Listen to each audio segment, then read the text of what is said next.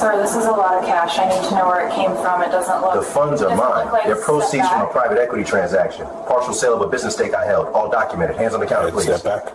Security guard body cam footage from inside Horizon Trust Bank branch captures the moment a routine transaction turns into a confrontation.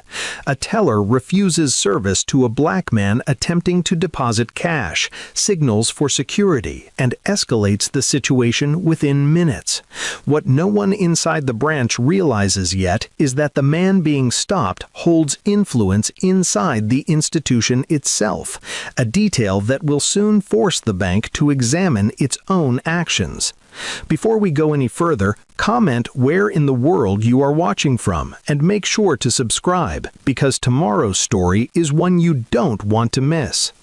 Melissa Grant is behind the counter at teller window 3 when the interaction begins. She is 34 years old and has worked at Horizon Trust Bank for 9 years. Over time, she has become known among staff as someone who strictly enforces rules, often beyond what policy requires. Her personnel file includes multiple customer complaints alleging discriminatory treatment, all filed over the years, all involving black customers. Each complaint was closed without disciplinary action, labeled as a misunderstanding or a difference in communication. She notices the customer before he reaches the counter. The man is Langston K. Adeyemi, 51 years old, a private equity investor with significant holdings in logistics, infrastructure, and commercial real estate. He maintains a low public profile and handles most matters quietly. He is holding a small bag as he walks toward the counter, moving with the calm confidence of someone accustomed to financial institutions. When Langston stops at teller window 3 and places the envelope on the counter, Melissa's posture changes. She does not greet him. She does not reach for a deposit slip. "ID," she says. Langston slides his identification across the counter. Melissa studies it, then looks at the bag. "How much cash is in there?" "200,000, Langston replies. Melissa pauses. Her chair shifts as she leans back. "And where did that money come from?" "It's from a completed business transaction. I have documentation if you need it." Melissa does not ask to see the documents. "That's a large amount of cash. We don't usually process deposits like this." Langston keeps his hands resting on the counter. "Which policy prevents you from accepting it?" "I need approval. I can't process this right now." She does not stand up or move toward a manager. Instead, she glances toward the security desk. Anthony Russo, a contracted security guard in his mid-40s, approaches immediately. He positions himself close behind Langston, close enough to be felt. He does not ask Melissa what is happening. His eyes remain on Langston. "There's a situation here. He's trying to deposit a suspicious amount of cash." Langston turns slightly. "I'm making a deposit, that's all." Anthony steps closer. "Sir, keep your hands where I can see them." Langston looks down at his hands, still on the counter. "They haven't moved," he replies. Other customers continue their transactions nearby. At the next window, a white customer completes a cash withdrawal and walks away without being questioned. Langston looks back at Melissa. "Can you tell me which policy applies here?" he asks. "I can't proceed. You'll need to step aside while this is reviewed." "I'm in the middle of a transaction. I'd like to speak with the branch manager." Melissa presses the call button beneath the counter. She turns Langston's identification face down. "We're not accepting this deposit today." Anthony remains in place, partially blocking the lobby. "You need to cooperate," he adds. "I am cooperating. I'm waiting for the manager." A few customers nearby begin to notice the standoff. Conversations slow. People glance toward the counter. No one intervenes. Langston repeats himself, evenly. "I'd like the branch manager, please." Melissa gestures toward the back offices. Anthony does not move away. What began as a routine banking transaction has now shifted into a security matter, without any specific policy violation being clearly identified. Moments later, Robert Hale, the branch manager, steps into view and starts walking toward the teller line, unaware that the decision unfolding at window 3 has already set off a chain of events the bank will not be able to contain. Teller window 3. He is in his late 40s, wearing a dark suit and a Horizon Trust Bank badge clipped to his lapel. He does not look at Langston first. His attention goes to Melissa. "What's going on?" Robert asks. Melissa speaks quickly. "He's trying to deposit a large amount of cash, $200,000. I told him I couldn't process it without approval." Robert nods once and turns to Langston for the first time. "Sir, I'm the branch manager," he says. "There seems to be an issue with your transaction." Langston meets his eyes. "I'm depositing cash into my account. I was told there's a policy problem, but no one has been able to tell me which policy." Robert glances at the bag on the counter, then at Anthony standing close behind Langston. "That's a significant amount of cash. We have to be careful." "Careful how?" Langston asks. "With large cash deposits, there are regulations. We have to verify sources. I offered documentation. It wasn't reviewed." Robert looks back at Melissa. "Did he provide anything?" "He said he had paperwork," Melissa replies, "but the situation felt off." Robert turns back to Langston. "Sir, where did the cash come from?" "It came from a completed business transaction. The funds are legitimate and documented." Robert pauses. "What kind of business transaction?" "A private equity sale," Langston answers. Robert's expression tightens slightly. "We're going to need to review that before accepting this."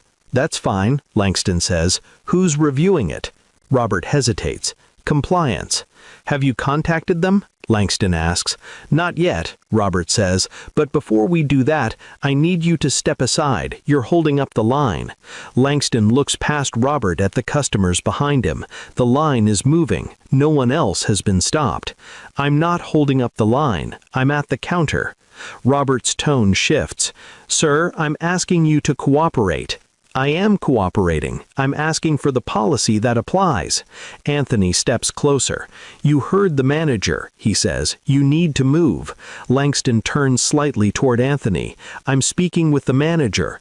Robert raises a hand, not toward Anthony, but toward Langston. "Let's keep this calm." "It has been calm," Melissa interjects. "He's refusing instructions." Langston looks back at her. "I asked a question." Robert exhales and lowers his voice. "Sir, given the amount of cash and the circumstances, we're not comfortable proceeding with this deposit today." "Based on what?" Langston asks. Robert doesn't answer directly. "We're going to place a temporary hold on the transaction until compliance reviews it." "You can't place a hold on a deposit that hasn't been accepted." Robert stiffens. "We can restrict activity if there are concerns." "What concerns?" Langston asks. Robert looks at the envelope again. "Large cash deposits raise red flags." "They don't raise red flags when policy is followed." Robert glances at Melissa, then back to Langston. "I need you to step aside." "No," Langston replies. "I need you to identify the policy you're applying." The lobby grows quieter. A customer near the seating area begins recording on their phone. Anthony notices but does not intervene. Robert straightens his posture. "Sir, if you refuse to cooperate, we may have to escalate this." "To who?" Langston asks. "Corporate," Robert says. "Compliance." "That's fine," Langston replies. "Call them." Robert looks surprised. He pulls his phone from his pocket and steps a few feet away, turning his back slightly to the counter. Melissa watches him closely. Anthony remains behind Langston, arms crossed. While Robert is on the phone, Melissa leans toward Anthony. "They always love being difficult," she says quietly. Langston hears it. He does not respond. Robert returns after a minute. "Compliance wants your account information." Langston slides his card across the counter. Robert picks it up and studies it. "We're also going to need to verify your identity again." "My ID is already there," Langston says. Robert looks down at the ID Melissa placed face down earlier and turns it over.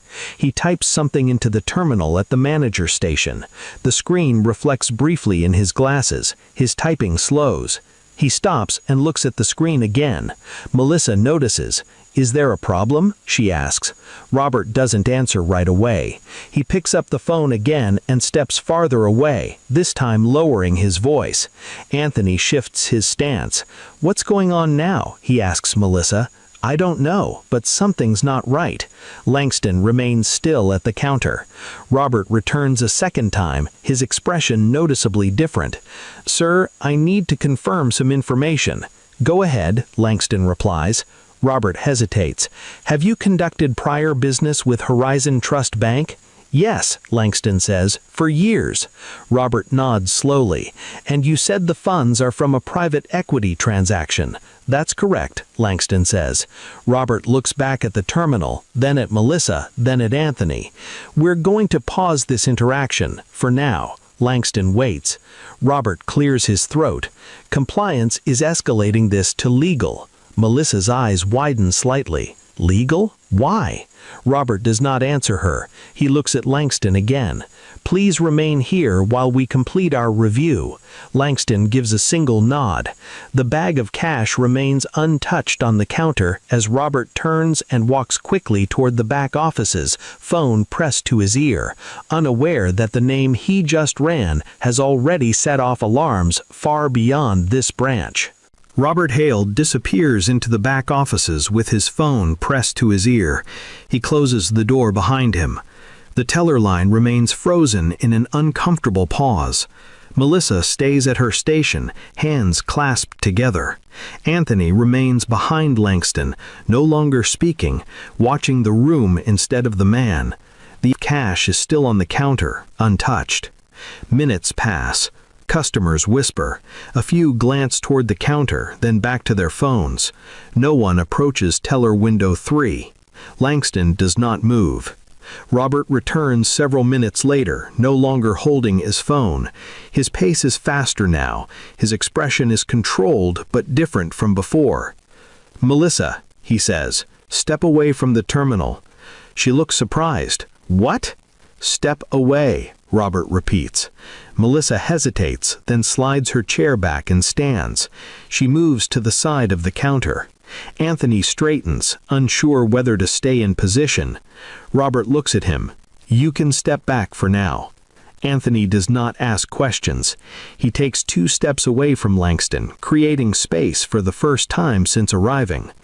Robert places both hands on the counter and looks directly at Langston. "Mr. Adeyemi," he says. Langston nods. "Yes. We're verifying some information connected to your account. This may take a few moments longer." "That's fine," Langston says. Robert turns to Melissa. "Do not engage with this customer further unless I ask you to." Melissa's jaw tightens. "I was just following procedure." Robert does not respond. He moves to a side terminal and logs in again. His eyes move across the screen more slowly this time. He scrolls, stops, then scrolls again. At the same moment, a phone rings in the back office. Another rings seconds later. Robert answers his desk phone. "Yes," he says. "This is Robert Hale." He listens, nodding slightly. "Yes, I see that now." His posture stiffens. "I understand," he says. "Yes, I'll keep him here." He hangs up and exhales quietly. Melissa watches him. "What's going on?"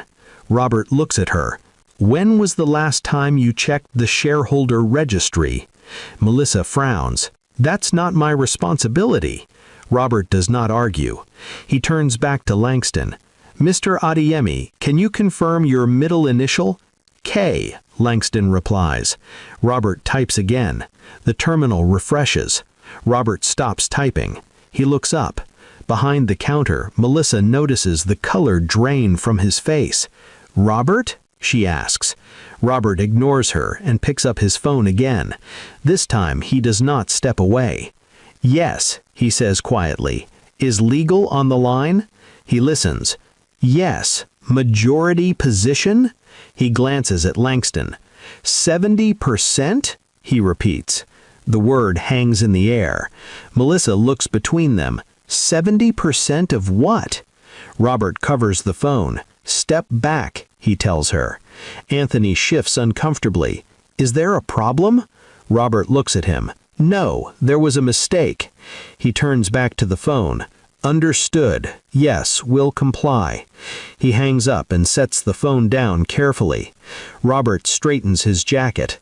Mr. Adeyemi, he says, lowering his voice, there appears to have been an error in how this situation was handled. Langston remains calm. That's what I said earlier. Robert nods once. You are listed as a majority shareholder in Horizon Trust Bank. The words land quietly, without ceremony. Melissa's eyes widen. That can't be right. Robert turns to Melissa. It is. Anthony looks from Robert to Langston, then takes another step back. Robert continues. Compliance and legal are reviewing the incident now. Langston looks at the bag. My deposit? We'll process it, Robert says quickly. Immediately. Langston shakes his head slightly. Not here. Robert hesitates. Sir? You've made your position clear. So has your staff. Understood, Robert says. Melissa speaks up. I didn't know who he was. Langston looks at her for the first time. That wasn't the issue. Silence settles over the counter. Robert clears his throat. Corporate leadership will be arriving later today. I won't be here, Langston says. Robert nods again. Of course. Langston gathers his identification and the bag of cash. Anthony steps fully aside, clearing the path. As Langston turns to leave, Robert speaks again. Mr. Adeyemi, this will be addressed. Langston pauses briefly. It should be. He walks toward the exit, passing customers who now avoid eye contact, their phones lowered, the moment already shifting from confrontation to quiet realization. Behind the counter, Melissa stands frozen, staring at the terminal, finally understanding who she treated like a problem and what that decision is about to cost her. By the time Langston Adeyemi leaves the building, the branch is no longer operating normally. Robert Hale remains behind the counter for several seconds after the doors close, staring straight ahead. Then his phone vibrates again. He looks down at the screen, answers, and says only one word. Yes. He turns to Melissa. Log out of your terminal. Melissa looks up. Why? Now, Robert says. She logs out. Robert takes her place and signs on under his credentials. He does not ask her to stay. He does not ask her to leave. She stands there anyway, unsure what to do with her hands. Anthony Russo is instructed to return to the entrance and stop engaging with customers unless asked. He complies without comment. The authority he carried minutes earlier is gone. Within an hour, 2 senior compliance officers arrive from corporate. They do not introduce themselves to customers. They walk straight past the teller line and into the back offices. Robert follows them inside and closes the door. The branch remains open, but no large transactions are processed. Tellers are instructed to redirect customers and keep conversations short. Inside the back office, the footage is already playing. The compliance officers watch the interaction from multiple angles. They pause, rewind, and play sections again. They watch Melissa refuse the deposit. They watch security move in. They watch Robert escalate without citing a policy. They say very little. One of them takes notes. Has she had prior complaints? One asks. Yes, Robert answers. 3. All similar? The other asks. Robert nods. Why wasn't this addressed? The officer asks. Robert does not respond. By the end of the day, Melissa Grant is placed on administrative leave. Her access badge is collected before she leaves the building. She is told not to return until contacted by Human Resources. Anthony Russo's security firm receives a notice of contract review the same evening. By the next week, their services at Horizon Trust Bank are terminated. Robert Hale is placed on leave pending investigation. His authority over the branch is suspended. An interim manager is appointed within 48 hours. Corporate legal issues an internal directive that same night. All branches are ordered to review large cash deposit protocols. Mandatory bias training is scheduled. Compliance oversight is expanded. Bonuses tied to branch performance are frozen until reviews are complete. None of this is announced publicly. 3 days later, Langston Adeyemi deposits the same $200,000 at a different Horizon Trust Bank branch. The transaction takes less than 5 minutes. No questions are asked beyond what policy requires. No security is involved. The original branch remains closed for a systems review the following week. Internally, the incident is documented as a failure of procedure and judgment. Externally, there is no press release. No apology is issued publicly. Langston does not request one. At the next board meeting, the incident is referenced briefly. No names are mentioned aloud. The footage is shown. The discussion is short. Policies are updated. Authority is clarified. Consequences are finalized. The bank moves on. For Melissa Grant, the decision made at Teller Window 3 ends her career at Horizon Trust Bank. For Robert Hale, it ends his position there. For Anthony Russo, it ends his firm's relationship with the institution. For Langston Adeyemi, it confirms something he already knew. He never needed to raise his voice. He never needed to explain who he was. The system revealed itself the moment it decided he didn't belong. This is Voices Unchained. If this situation made you uncomfortable, share it with someone who needs to see it. Subscribe for stories like this, and comment below with your thoughts on what should have happened.